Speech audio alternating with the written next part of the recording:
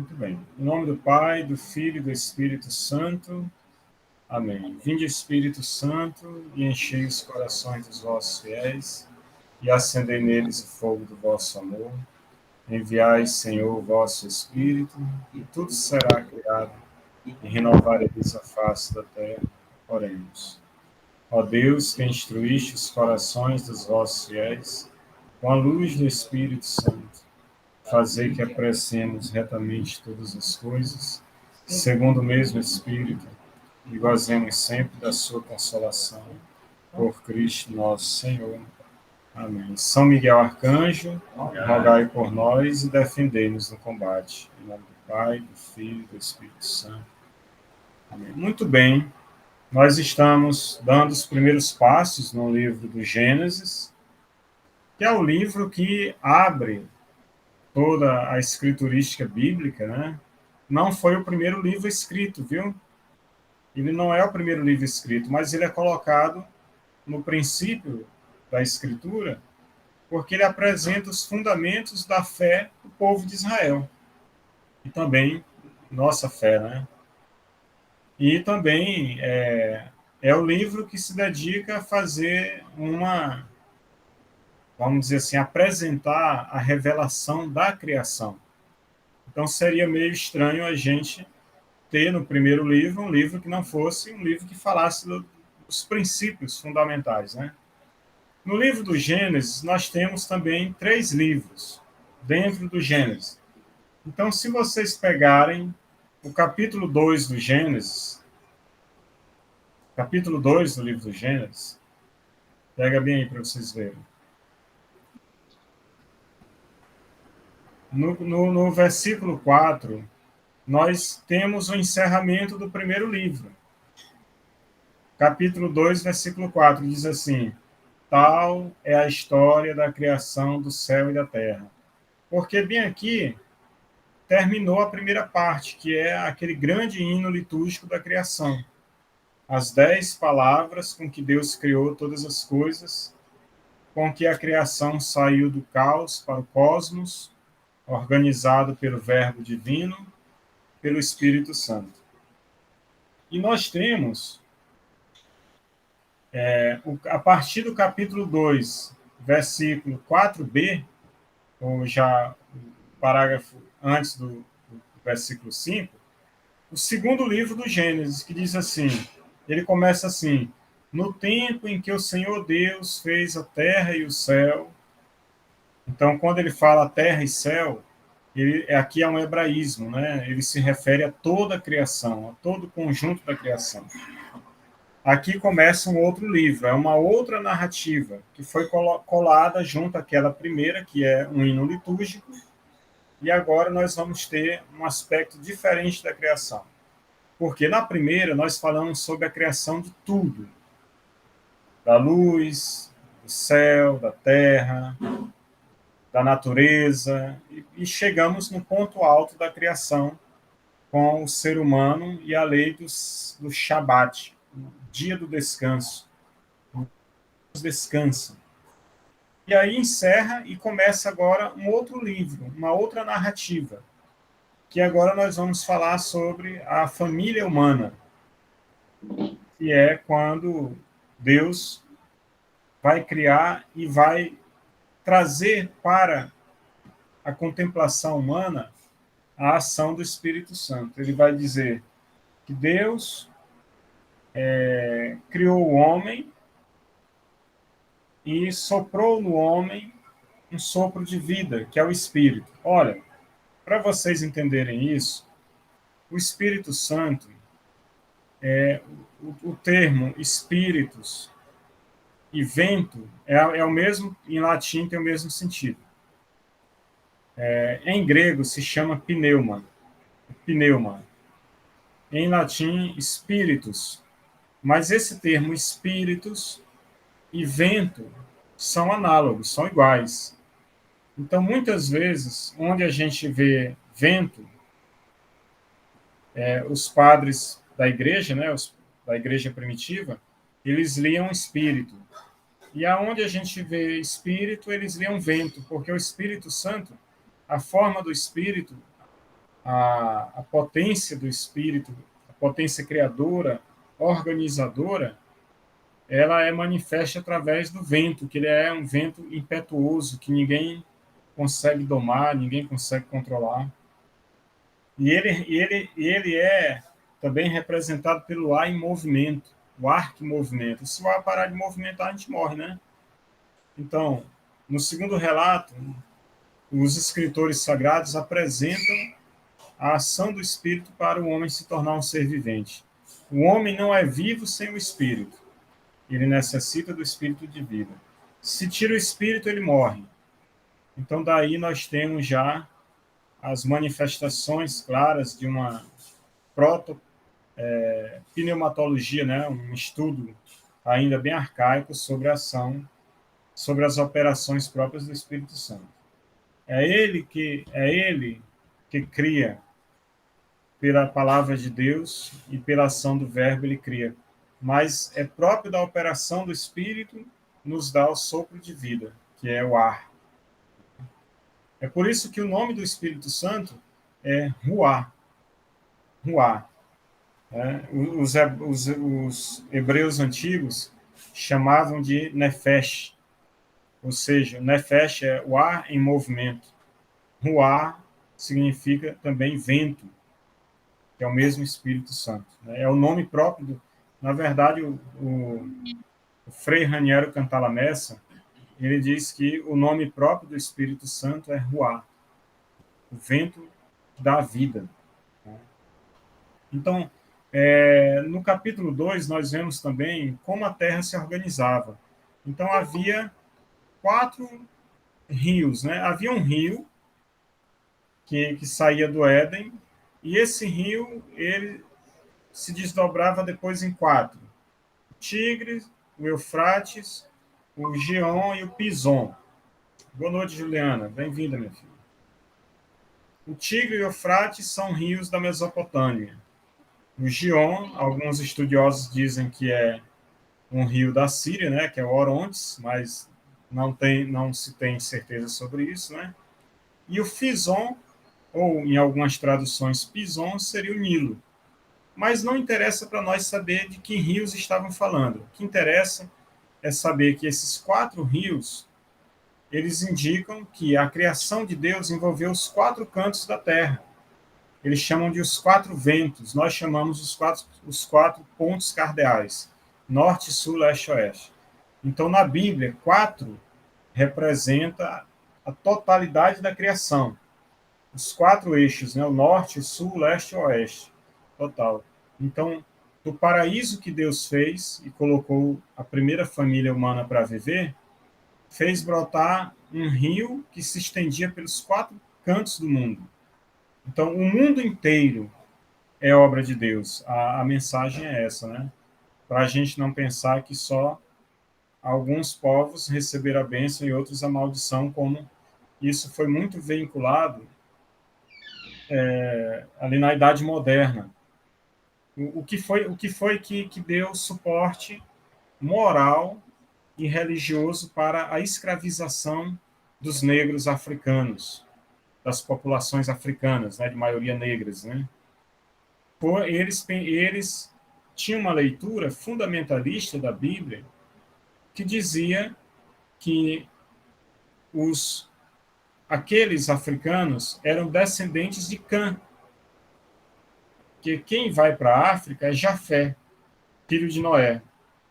Só que Jafé se estabelece no Egito. E o Egito é uma terra, um povo claro, de pele clara, morena. Lá é muito, muito quente, muito sol.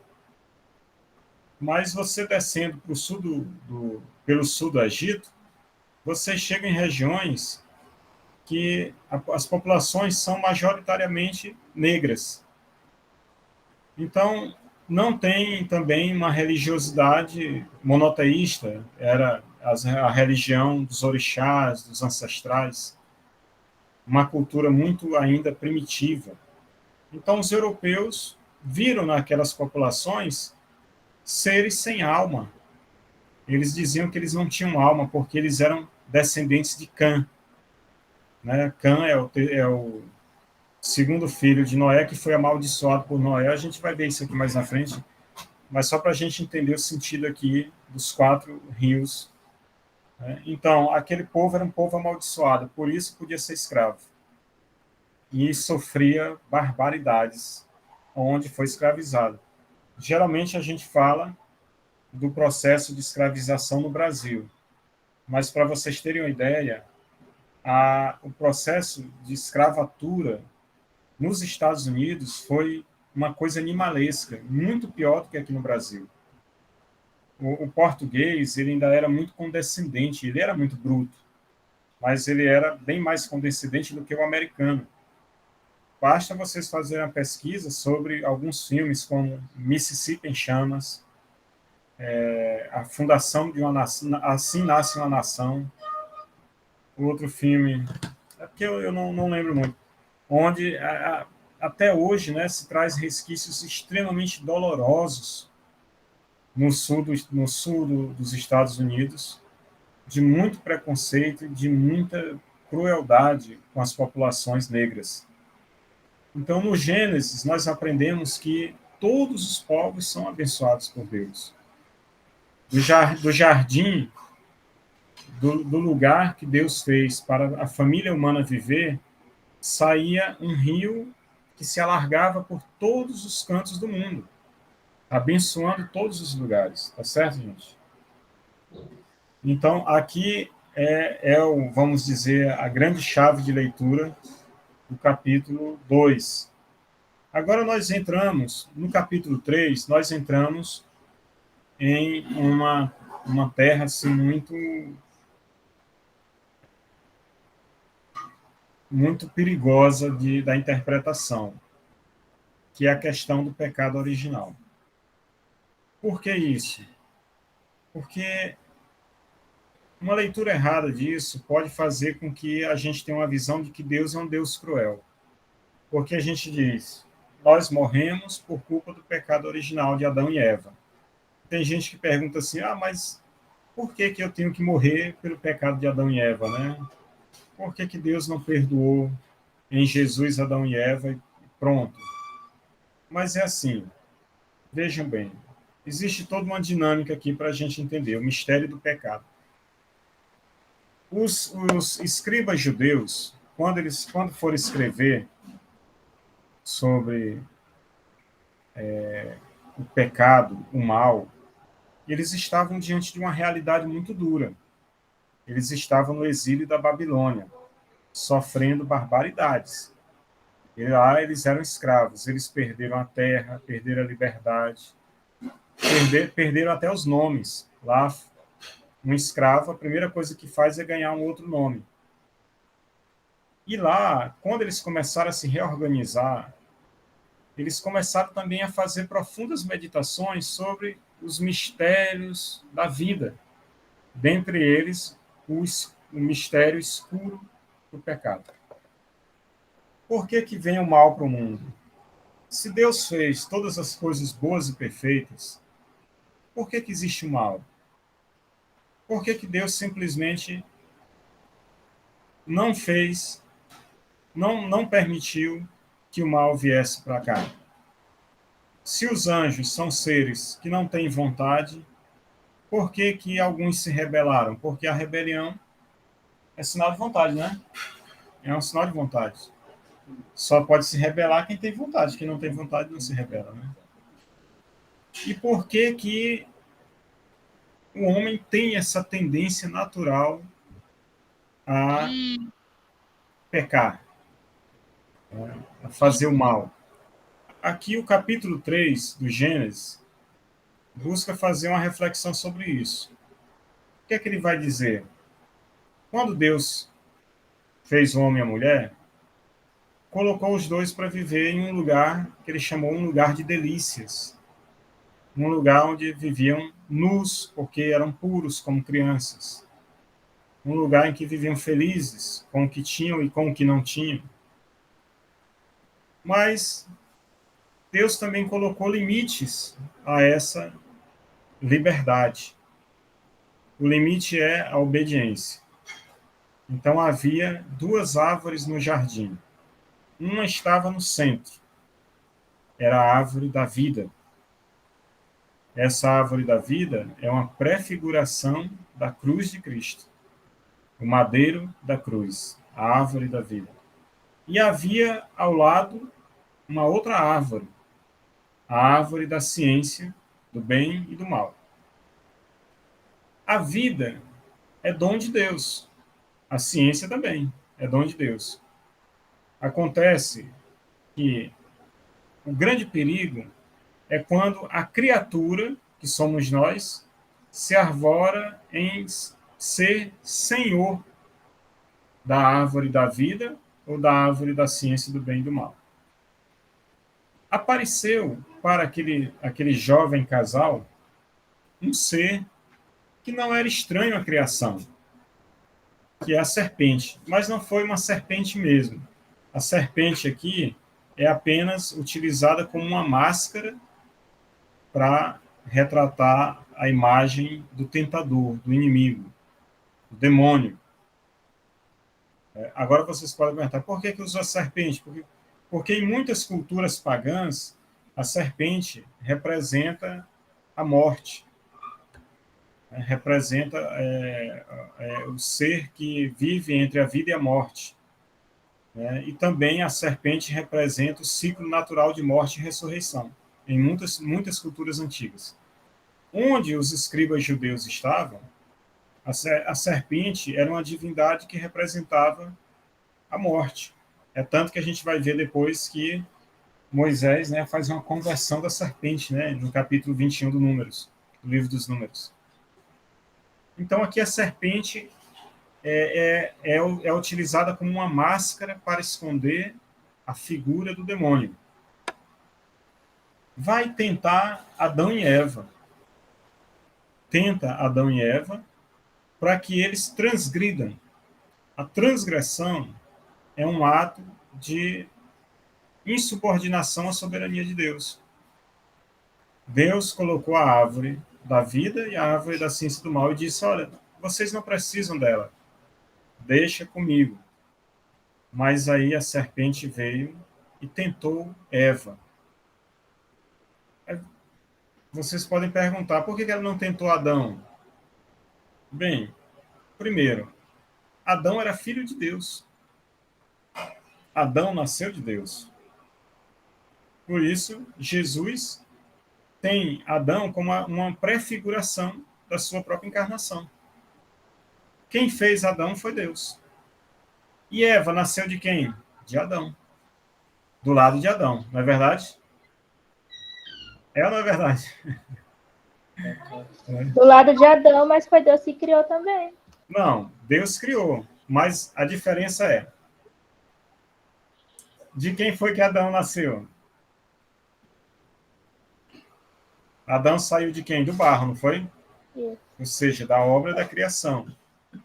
Não houve nenhuma outra criatura intermediária entre Adão e Deus. Quando Eva foi feita, entre Eva e Deus, havia uma criatura intermediária, não havia? Ou Deus fez Eva do barro? Hein? Zé Carlos, Naíssa e Juliana, o que vocês acham? Ela veio de Adão, né? Deus fez nascer Eva do lado de Adão. Então, Adão foi a criatura intermediária entre Eva e Deus. Vocês estão entendendo? Então, Adão era... Pode falar, Zé. Ela era mais fraca. Ela era mais fácil de ser induzida. Não, não é a questão de ser mais fraca, né?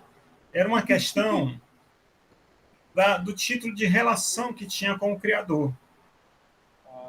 Por exemplo, o Adão, vamos dizer que Adão tinha um grau maior de intimidade com o Pai, Criador. Ele era filho de Deus.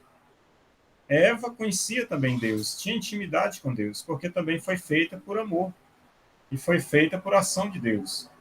Mas Eva tinha uma pequena distância nessa relação. Porque entre a natureza de Adão e a natureza de Eva, A natureza de Adão é mais próxima de Deus que a de Eva. Vocês entenderam? Qualitativamente, não significa que Eva fosse menor que Adão, ou mais desprezível, ou mais frágil. Não. É uma questão da natureza da criação. E quando Eva é tentada, a tentação que a serpente faz a Eva não é uma tentação de mera transgressão, é uma tentação de reflexão. Primeiro ela diz, é verdade que Deus proibiu vocês comerem os frutos da árvore do bem e do mal? E Eva vai dizer, não. Eva defende a soberania de Deus. Ela diz, não. Ele só pediu para que não comêssemos daquelas ali. E a serpente, então, induz Eva a dizer, olha, o que Deus não quer é que vocês conheçam as realidades que estão aí fora. O que Deus não quer é que vocês tenham acesso à ciência do bem e do mal. Então Eva cobiçou, a palavra correta é essa, né? Ela viu que a árvore era bela, que os frutos eram bons. Então ela sentiu cobiça pelo fruto, porque pelo entendimento das coisas, era se tornar também Deus. Então, o que foi que a serpente disse para Adão e Eva, que continua ressoando no coração da humanidade até hoje? Se comeres do fruto da ciência do bem e do mal, sereis como deuses. Então, a grande tentação da humanidade é esse o tempo todo querer ser como Deus. E ser como Deus como? É dominar a árvore da vida, quer dizer, a vida me pertence, não é dom de Deus, ela me pertence, eu faço o que eu quero da minha vida e da vida dos outros também. E dominar também a ciência do bem e do mal, quer dizer, eu crio meus próprios critérios, meus escrúpulos, defino o que é bom e o que é mal de acordo com o meu próprio interesse.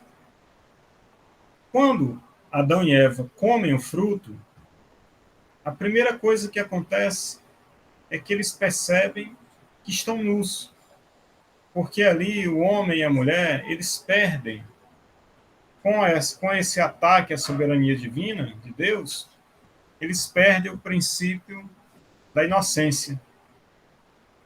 Então, entra a malícia na vida e entra, pela malícia, o egoísmo, que vai, o sinal do egoísmo vai ser o primeiro filho de Eva, Caim, que ela diz assim, agora eu adquiri um homem para mim, quer dizer, agora eu sou também dona de um homem. Se eu sou mulher de Adão, agora eu tenho um homem em quem mandar. Quer dizer, criou-se uma hierarquia de uma relação de poder sobre as criaturas baseado nessa malícia, nesse egoísmo de eu quero para mim, eu quero mandar, eu quero ser alguém, eu quero que...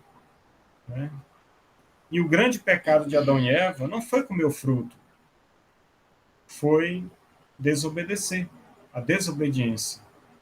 O grande pecado da humanidade não é simplesmente os frutos, mas é o fruto da desobediência, o que nasce da desobediência, de eu saber que não devo fazer e faço, de eu saber que não é correto e digo que é correto, de eu saber que não é verdade e conscientemente mentir.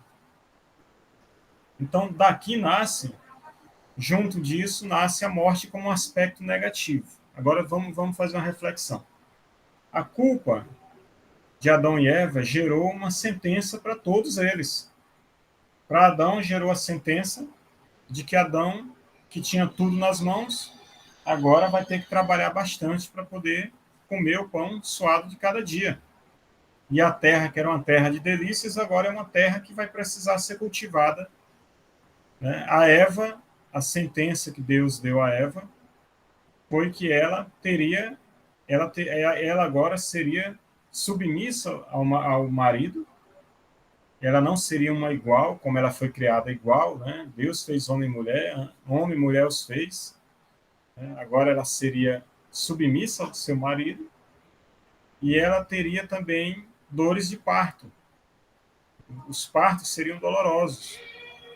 E a serpente, Deus também deu a sentença ao demônio, que ele lutaria o tempo todo contra a descendência da mulher, mas que a mulher triunfaria, a descendência da mulher triunfaria, esmagando a sua cabeça.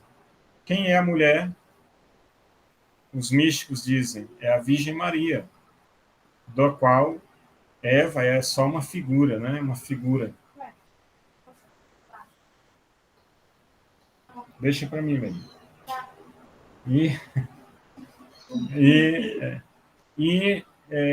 A descendência da mulher é Jesus Cristo.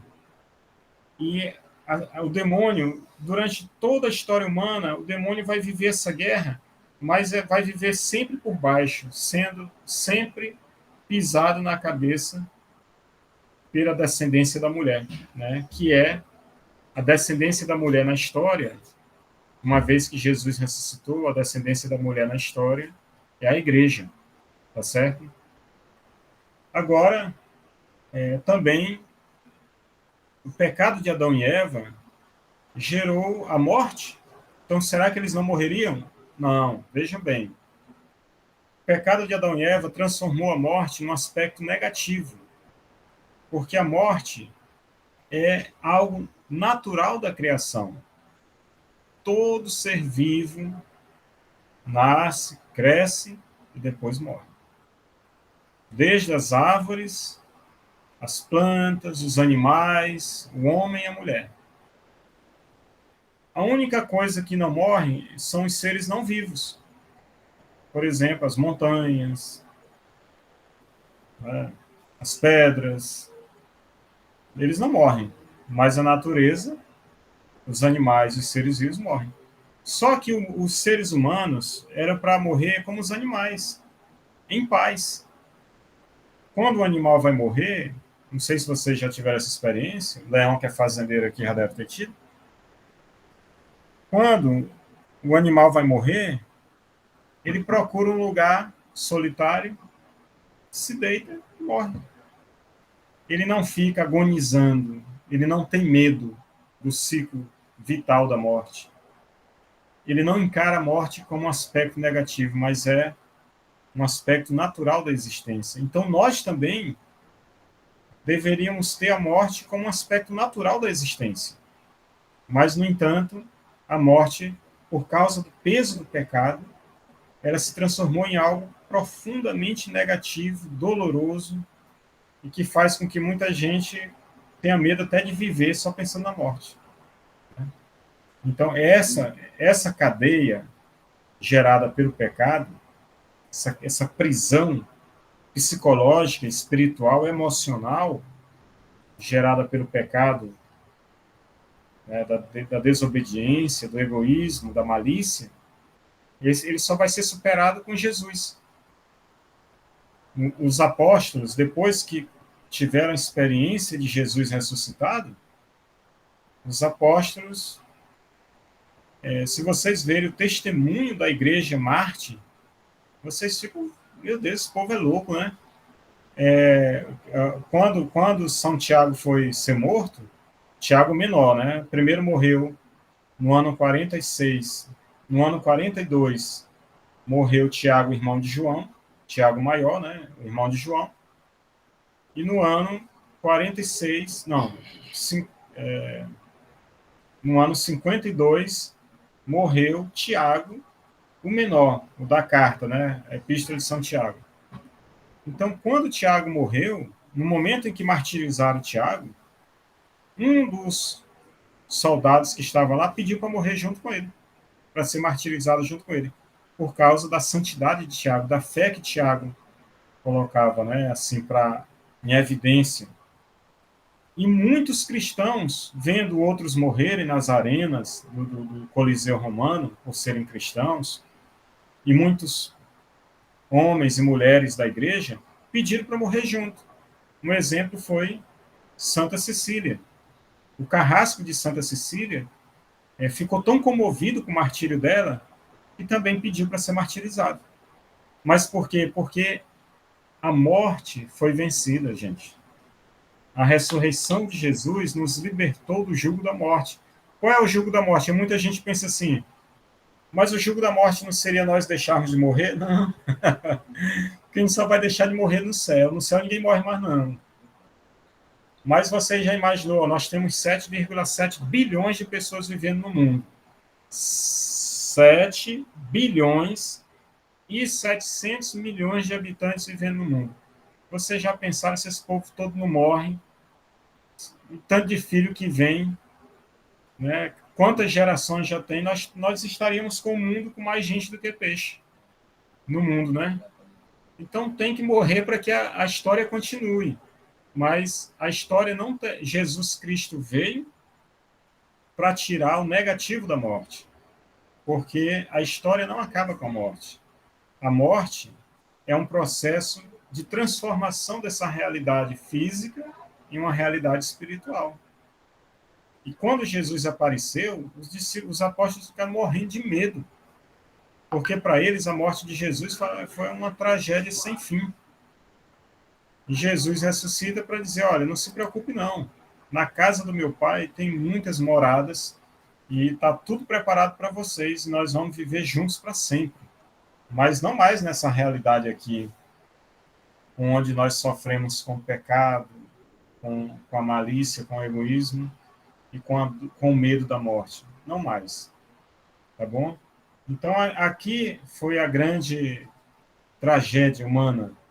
Foi negativar a morte como se ela fosse algo estranho à natureza, e na verdade não é. Porque Deus quer que todos vivamos. Então é tão bonito isso, né? Meus avós viveram, amaram, sonharam. Chegou um tempo, ficaram idosos, voltaram a ser como crianças e partiram em paz. Vêm os filhos deles, vem nós, terceira geração, vem a quarta, virão outros e a gente vai viver em paz. Tá bom? Voltar a ser cinza de novo. Voltar. Né, a sentença que Deus dá a Adão, né? Porque tu és pó e ao pó voltarás. Só que o Papa Bento, na sua homilia, o Papa Bento é um fenômeno, né? Na sua homilia da quarta-feira de cinza, ele disse, sim, nós somos pó, mas amados. Tá certo?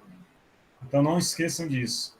Nós somos pó, nós vamos voltar a ser pó, mas amados por Deus, muito amados por Deus. Tá bom? E aí, o escuro mistério do pecado é uma realidade tão complexa para a nossa análise que o próprio Jesus se conformou ao que havia na tradição bíblica. Jesus, em momento algum, perdeu o tempo dele tentando explicar as origens do pecado. O único momento em que Jesus é questionado, né? Não sei se vocês lembram, o único momento em que Jesus é questionado sobre o mal no mundo, ele dá uma resposta, assim, quase que saindo pela tangente, né? Quando ele, em uma determinada ocasião, ele atravessava a Galileia com os seus discípulos e eles encontram o lugar onde foram crucificados 2.000 galileus por causa de uma revolta. Me parece daquele Jesus Coquebá, né? Fez uma revolta na época, dizia que ele era o Cristo e foi crucificado. Os romanos derrotaram eles e crucificou ele com os sicários que seguiam ele, né? Os revoltosos, né? Os galileus revoltosos. Então, os apóstolos pegaram Jesus nesse momento e perguntaram, Senhor, por que isso aconteceu com eles? Na verdade, o que eles queriam perguntar é por que essas coisas acontecem? E Jesus deu uma resposta como, dentro daquele paradigma didático que ele sempre usa, né, daquele modelo didático que ele sempre usa para ensinar as realidades do reino, ele diz, olha, eles morreram assim não é porque eles são piores do que ninguém, nem porque eles são pecadores. mas é para que meu Pai seja glorificado. E qual é a glória do Pai? Não é que nós morramos. A glória do Pai é que nós ressuscitaremos. Vocês entenderam? Então, eles morreram não porque eles eram mais pecadores, porque eles eram azarados, porque eles não mereciam viver, não. Eles morreram para glorificar Deus. Qual é a glória de Deus? Que um dia nós voltemos para a casa do Pai. Tá certo? Entendeu, Zé? Zé, Juliana, Laísa. E até Jesus falou isso também, né? Sim, entendi. Ele disse que vai morrer. Pois vai é. ser entregue, aí ele disse que é para glorificar o Pai, né? Essa para O seu Zé está falando aqui que o próprio Jesus disse, né? Que iria morrer para glorificar o Pai. Né? Então, capítulo 3 do Gênesis se dedica a esse panorama, né, de fundo, né, que é o pecado, a queda, né, original, e que é apenas um espelho do comportamento da humanidade. A humanidade nasce dentro dessa perspectiva já de desobediência e ela só se prolonga ao longo da história e aumentando cada vez mais, e parece que a coisa tende a ficar numa situação cada vez mais aguda, né? De muita violência, de muito egoísmo, de muita coisa que não faz parte do projeto original de Deus. Nós encerramos o capítulo 3 falando de um ponto também onde Deus coloca um selo no seu paraíso, colocando anjos de espadas na mão para defender que o homem não pode mais entrar no paraíso. Por quê? Porque agora o paraíso é uma realidade espiritual. Não é mais uma realidade física. Quando ele coloca o anjo ali, de espada na mão, ele está querendo dizer que agora o homem não tem mais o livre acesso. Para ele ter livre acesso ao paraíso de Deus, ele vai se conformar agora a uma realidade espiritual. O homem meramente humano, a família meramente humana, eles não têm acesso mais ao paraíso de Deus. Tá certo? Assim nós chegamos ao capítulo 4 do Gênesis, que é a história, a famosa história de Caim e Abel. Então, Eva teve um filho, né, com Adão, e deu o nome de Caim. Essa palavra Caim, ela significa salário, né? É tipo assim, um pagamento.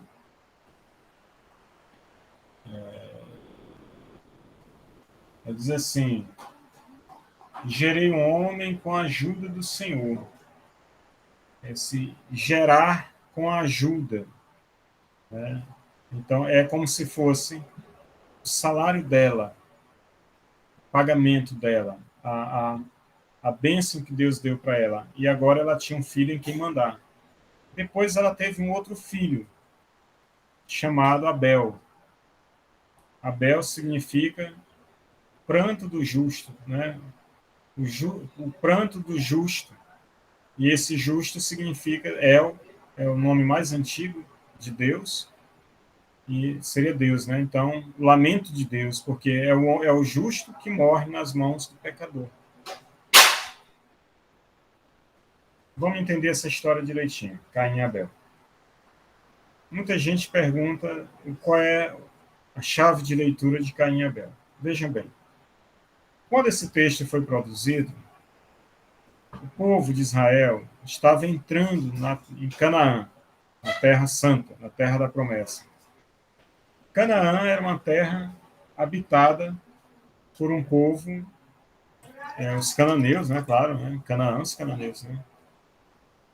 Canaã, filho de Cã, da descendência de Caim, olha só. Né?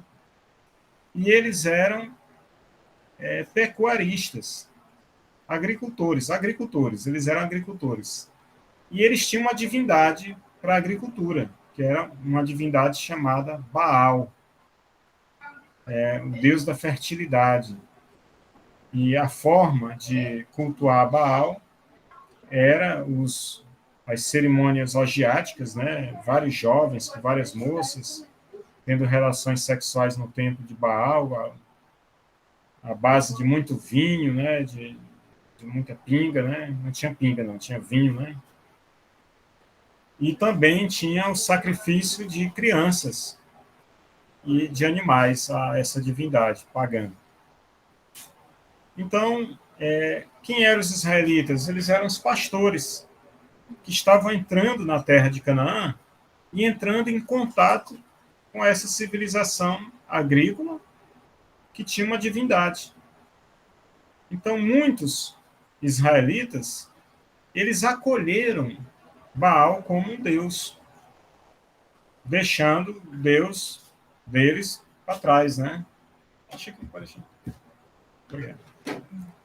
Agora, o que acontece? Eles vão falar aqui, na imagem de Caim e Abel, eles estão falando de dois modos de vida. Quem é Caim? Vou levar isso aqui. Quem é Caim? É o agricultor. É o que tem a sua divindade Baal. É o cananeu. Quem é Abel? É o pastor, que é os israelitas. Que são os israelitas, né? Que tem o Deus que é Yahvé, o Deus dos pastores. Então, esses dois grupos, eles entram em contato um com o outro, mas os escribas, nessa história de Caim e Abel, os escribas são os que colocaram no papel as tradições. Eles querem lembrar para o povo que o encontro entre essas duas realidades, esses dois modos de vida, eles acabam gerando a morte. O cananeu, Caim, mata Abel. Por quê? Por inveja. Então, ele diz assim a Abel, vamos ao campo. O que é que tem no campo? O culto a Baal. E Abel vai com Caim ao campo. E lá no campo, Caim mata Abel. Veja como é a analogia, né? O Caim, o cananeu, chama o israelita para os campos onde tem o culto a Baal. E os israelitas vão. Lá eles morrem. Morre a fé deles. E às vezes até mesmo eles mesmos morrem, né? Porque os cananeus não querem conviver com um povo estranho. Mas também nós estamos falando mais no aspecto da religião. Então, nós estamos falando aqui de uma luta fratricida, irmãos contra irmãos. Quem é Caim? É o fratricida, é o que mata o irmão. O irmão é Abel, o justo, o que faz Deus lamentar e jogar sobre Caim uma sentença de maldição, que Caim vai ser errante, não vai ter terra, não vai ter descanso. Por quê? Porque é aquele que não procurou viver em paz com o irmão, e o irmão está morto. Então, a história de Caim e Abel, da descendência de Adão e Eva, quer mostrar a história dos dois modos de produção, os dois modos de vida, dos pastores israelitas com os agricultores cananeus. Tá certo? Aí, onde é que isso aí vai desembocar? Na descendência de Caim. Caim foge da presença de Deus, casa-se, aí todo mundo pergunta, quem é a mulher com quem Caim casou? Não interessa, gente. A ideia aqui não é fazer uma história científica dos fatos. A Bíblia não é um livro de história, a Bíblia é um livro de espiritualidade. Caim pode ter casado com alguma das filhas dos pais dele, que Adão e Eva tiveram muitos outros filhos. Mas não é o importante isso. O importante é que Caim casou-se, teve filhos, esses filhos começaram a construir cidades. E dessas cidades eles geraram as coisas que são próprias da cidade. Quer ver? Vamos pegar bem aqui. Peguem a Bíblia de vocês, porque fica melhor a gente lendo, né? No capítulo 4, no versículo 20. Gênesis 4, 20.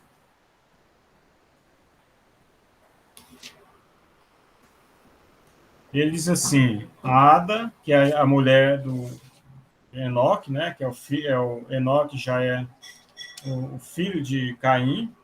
Não, Caim gerou Enoque. Enoque gerou Irade, Irade gerou Maviael, Maviael gerou Matusael, Matusael gerou Lameque. Então é Lameque. Lameque casou com duas mulheres, né, cada macho.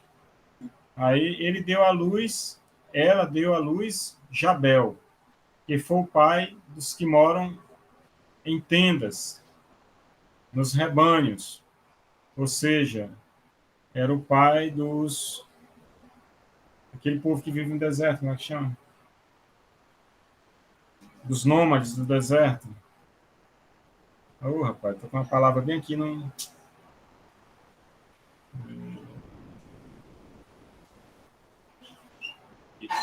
Hã?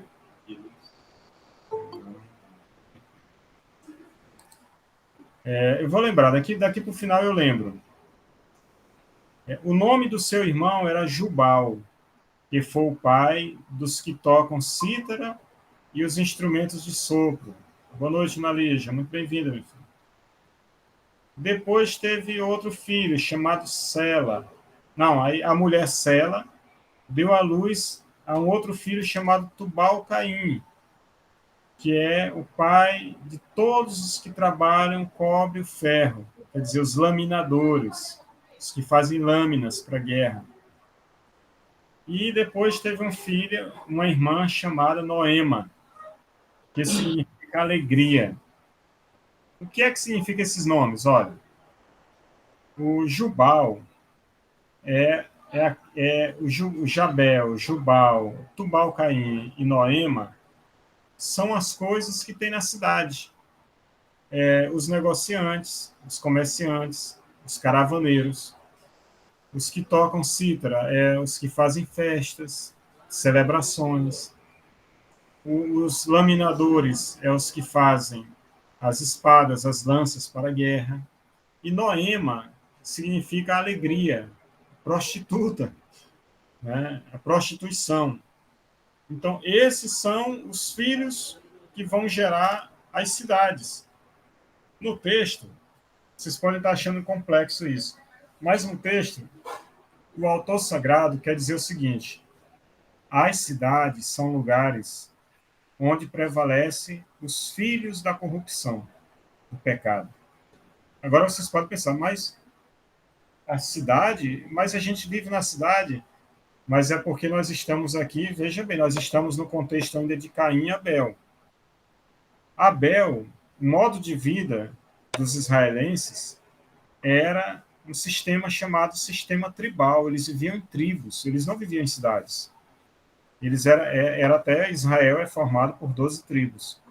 Enquanto que os filhos de Caim eram os fundadores da cidade.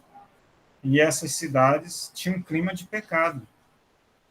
Então, o que o autor está querendo dizer é o seguinte: ele está querendo fazer uma catequese, ele faz uma catequese para ensinar o povo, né, os judeus, os israelitas, ensinar o povo que as cidades, o modo de vida das cidades, é um modo que nasce do assassínio do irmão, o irmão mata o irmão, é um lugar de pecado, é um lugar de prostituição, é um lugar de guerra, é um lugar de corrupção.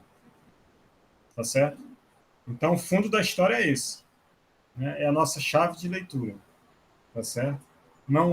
Nós não estamos falando somente de personagens que viveram em determinado momento da história. Nós estamos falando de personagens, claro, mas que tem um sentido também teológico nos nomes e nas situações. Tá bom? Ana Lígia, muito bem-vinda, minha irmã. Obrigada. Saudade de você, viu? Faz tempo, né? Paz. Depois que o nosso curso de teologia acabou, a Ana Lígia não quer mais fazer o curso de teologia de novo, né? Muito longo, né? Mas é bom. Pois é, nós estamos acabando o capítulo 4, viu, Ana Lígia? Do Gênesis, tá bom? Ok. Bom, então, capítulo 5 é um outro livro. que ele bota assim: este é o livro da história da família de Adão. Então, nós tivemos o primeiro livro, no Gênesis 1, que é o hino litúrgico, que termina no capítulo 2, no versículo 4, quando começa o outro livro. No tempo em que o Senhor Deus fez a terra e o céu, aí fala sobre o paraíso, a culpa original, e a história de Caim e Abel, e a descendência de Caim, que é o crescimento, o desenvolvimento do mal, até que nós chegamos na informação de que Adão teve muitos outros filhos, né? E aí chegamos no outro livro, no terceiro livro do Gênesis, dentro do Gênesis. Esses livros, antes, eles eram soltos. Eles eram livros, eram tradições diferentes, eles circulavam diferentes. Depois é que foi feito um processo de compilação e se organizou os livros na sequência mais lógica. Pegou o hino litúrgico, depois o relato do paraíso e agora a história de Adão e Eva. Então, o livro 5, ou o capítulo 5 do terceiro livro do Gênesis, vai falar sobre a família de Adão, na verdade, os primeiros patriarcas.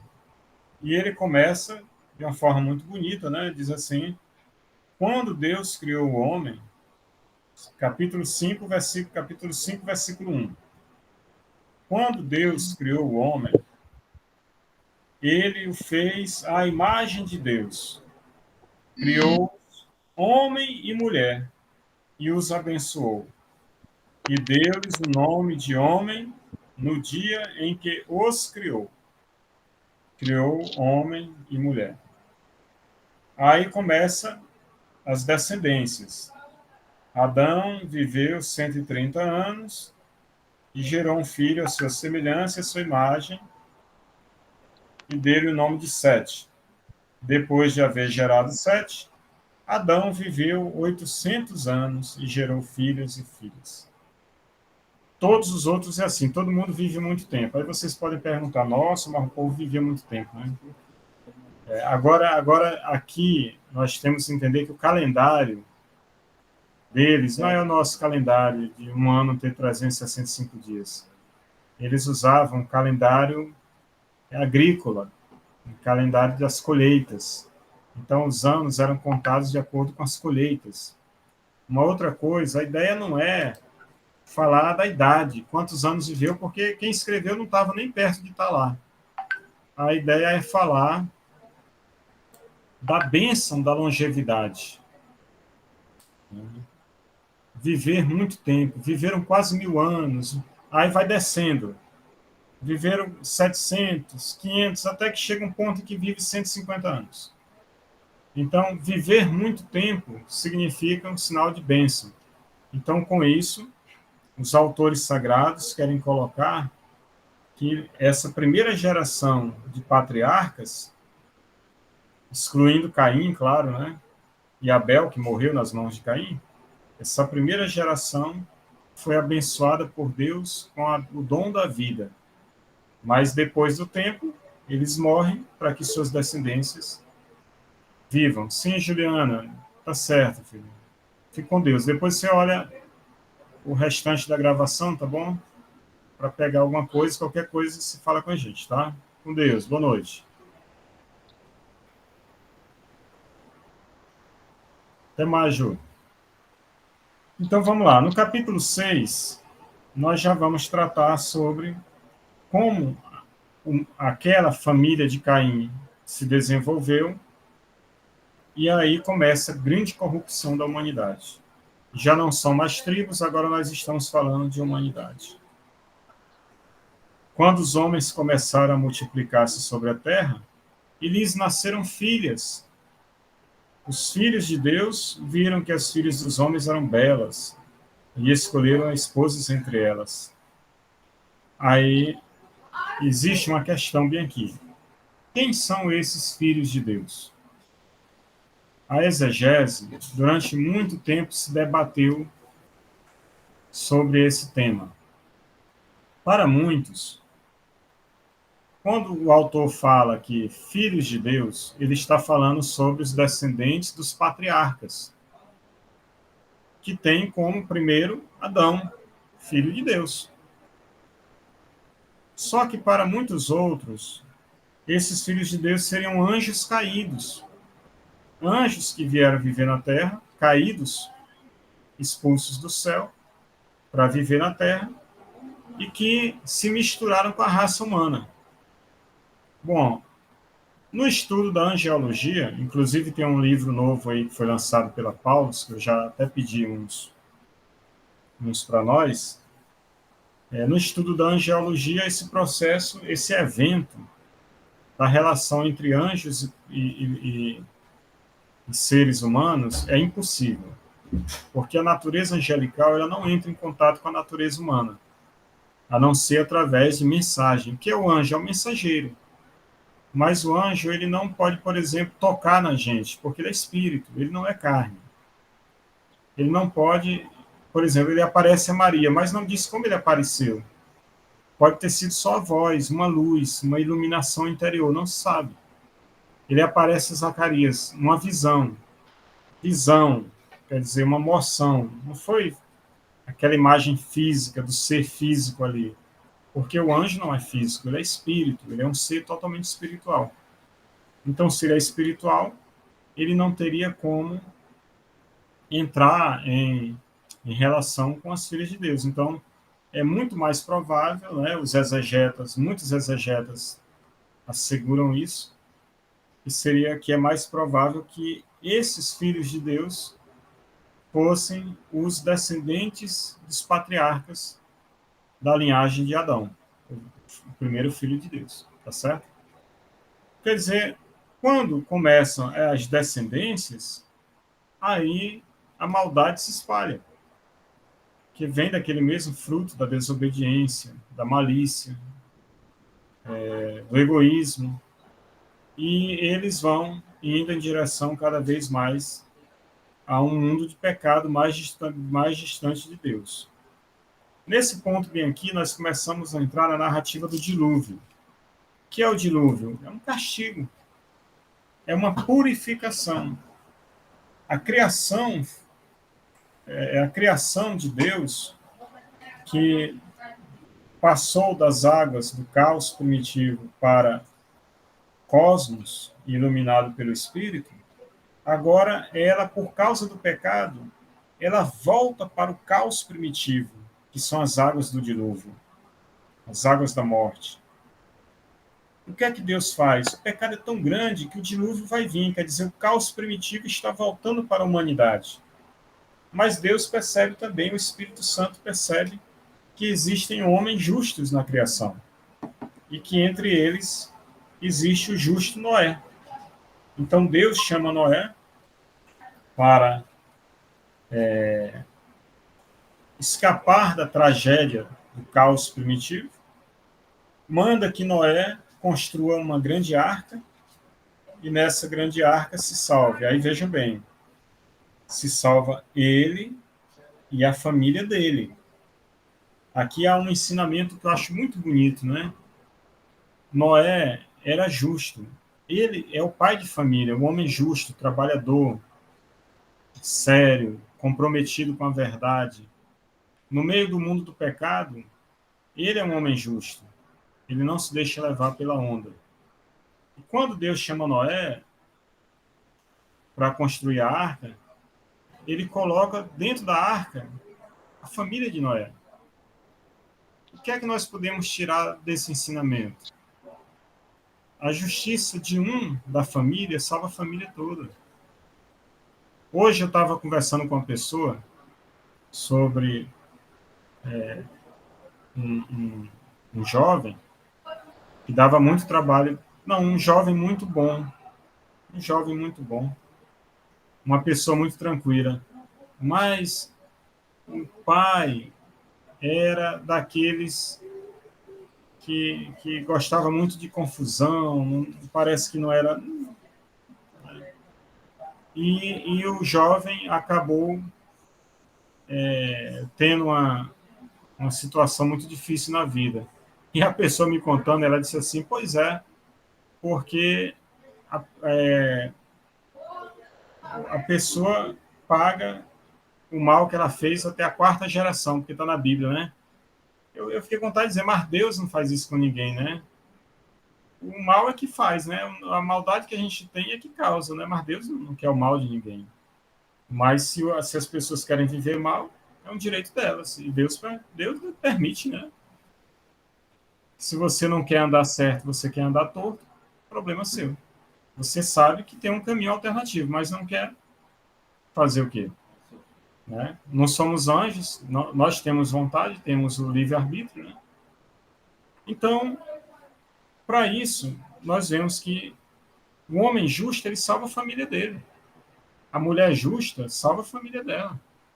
Na arca não entrou só Noé e a esposa. Entrou Noé, a esposa, os 3 filhos e as 3 esposas dos 3 filhos.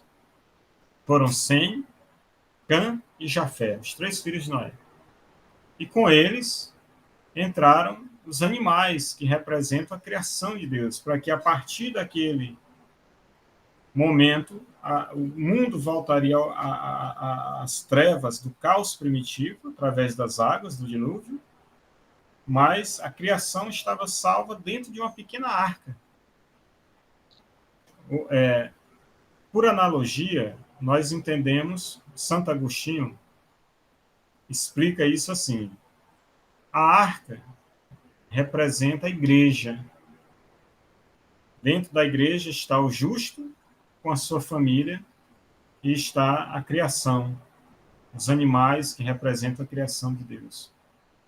As águas do dilúvio, o caos primitivo, são como as águas do batismo, que significa morte, o ciclo de morte e ressurreição. Quando você mergulha na água, significa morte. E que você levanta, né, o rito original do batismo é esse, né? Quando você levanta, você sai da água, representa nova vida. Então, Santo Agostinho fazia essa analogia do dilúvio de Noé assim. Deus colocou na arca a sua comunidade de homens e mulheres justos, a sua família, família de Deus, para salvar a criação. E depois que passou as águas do dilúvio, passaram-se as águas do dilúvio, volta-se a criação, uma nova criação. Dessa vez a criação vai ser organizada em torno de pessoas justas. Claro que nós sabemos que não demorou muito tempo para cair de novo no pecado, né? Mas por quê? Porque a natureza humana é muito frágil. E uma coisa interessante é a questão dos 40 dias. Então, 40 dias representa o tempo um tempo de mudança. 40 dias de Noé com a sua família dentro da arca, né? O dilúvio, 40 dias. 40 anos do povo andando no deserto. 40 dias de Jesus. A tentação de Cristo no deserto, né? 40 dias de Elias para voltar ao Monte Horebe, fugindo das perseguições da monarquia israelense, né? Israel. 400 anos do povo escravo no Egito. Então, esse 40 representa um tempo de mudança na Bíblia, viu?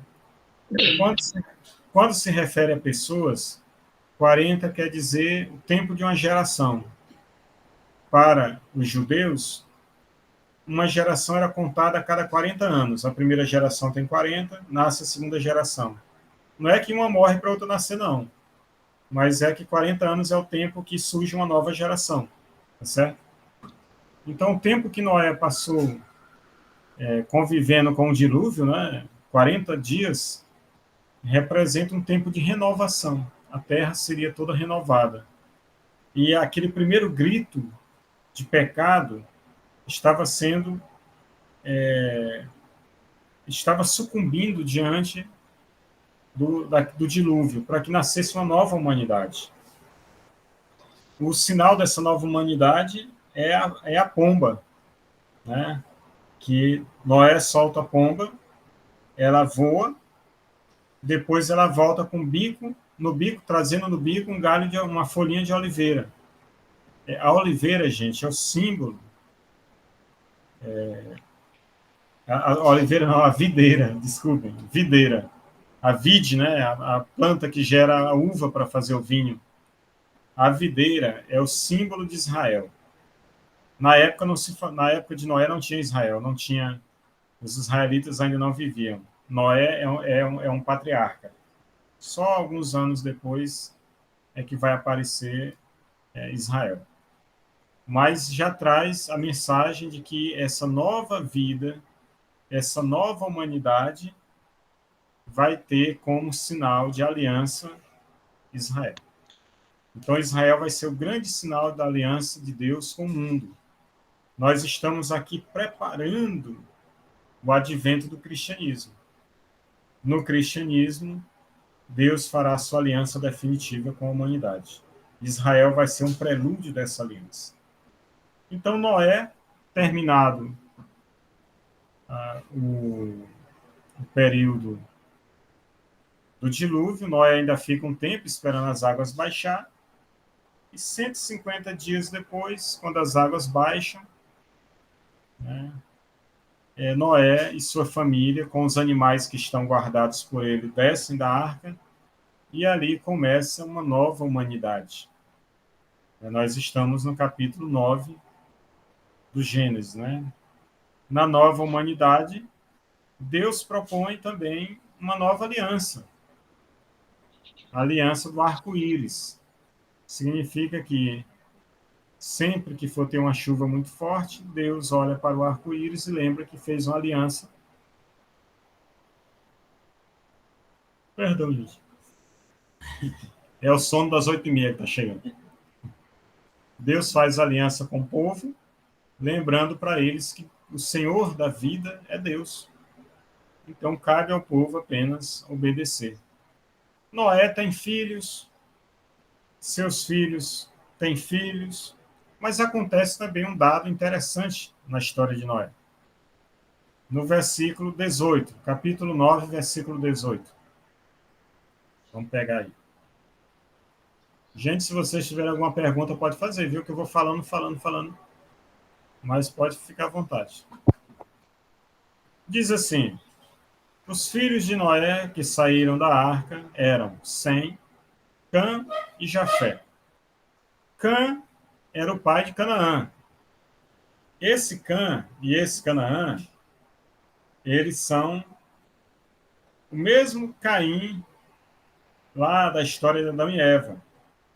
Aí a gente precisa fazer um gancho, quer dizer, eles têm o mesmo espírito de Caim, né? Porque, na verdade, Canaã e Caim é a mesma raiz para o nome, né? Eles querem apontar o personagem aqui. Estes eram os 3 filhos de Noé. É por eles que foi povoada toda a terra. Noé, que era agricultor, plantou uma vinha. Tendo bebido vinho, embriagou-se e apareceu nu no meio de sua tenda. Cã, o pai de Canaã, vendo a nudez de seu pai, saiu e foi contá-la aos seus irmãos. Mas Sem e Jafé, tomando uma capa, puseram-no sobre seus ombros e foram cobrir a nudez de seu pai, andando de costas. E não viram a nudez de seu pai, pois que tinham seus rostos voltados. Quando Noé despertou de sua embriaguez, soube o que lhe tinha feito seu filho mais novo. Maldito seja Canaã, disse ele, que ele seja o último dos escravos de seus irmãos. E acrescentou: bendito seja o Deus de Sem, e Canaã seja seu escravo. Que Deus prospere a Jafé e este habite nas tendas de Sem, e Canaã seja seu escravo. Aqui é interessante, né? Porque toda a história ela é de uma tradição chamada eloísta, ela é muito pintada com cores populares, né? Noé plantou uma vinha. Era comum eles plantarem vinhas, né? Eles eram agricultores, eles eram pastores, mas gostavam muito dos frutos naturais da terra, né? Então bebeu, ficou nu e o seu filho gracejou. Mas por que que ele, em vez de amaldiçoar o filho, amaldiçoou o neto? Olha, thank you very much. O filho dele, Cã, tinha sido abençoado por Deus. E ele não podia amaldiçoar alguém abençoado por Deus. Deus abençoou Noé e seus filhos, mas não abençoou os netos. Então, quando ele vai amaldiçoar, ele não amaldiçoa o filho, que foi motivo da bênção de Deus. Ele amaldiçoa o neto. Canaã, quem é Canaã? Aqueles mesmos cananeus da história de Caim. E quem é Sem? É o pai dos semitas. Quem são os semitas? São os hebreus. Os hebreus são os mesmos israelitas. Então, nós estamos falando aqui de povos. Né? Aqui é que Canaã seja escravo dos semitas, que o povo de Canaã seja tratado como escravo, porque Canaã não demonstrou respeito pelo patriarca da aliança, que é Noé. Tá certo, gente? Bom, perguntas sobre isso? Nós estamos bem perto de chegar, já temos 7 minutinhos. Então, o capítulo 10 vai falar sobre os descendentes de Canaã e chegamos no capítulo 11, na Torre de Babel. Eu queria fazer o seguinte com vocês. Nós vamos parar bem por aqui, porque a Torre de Babel já vai introduzir a história de Abraão, e aí, para a gente começar a quebrar, depois vamos ter que repetir. Tá bom? Então, se vocês me permitem, a gente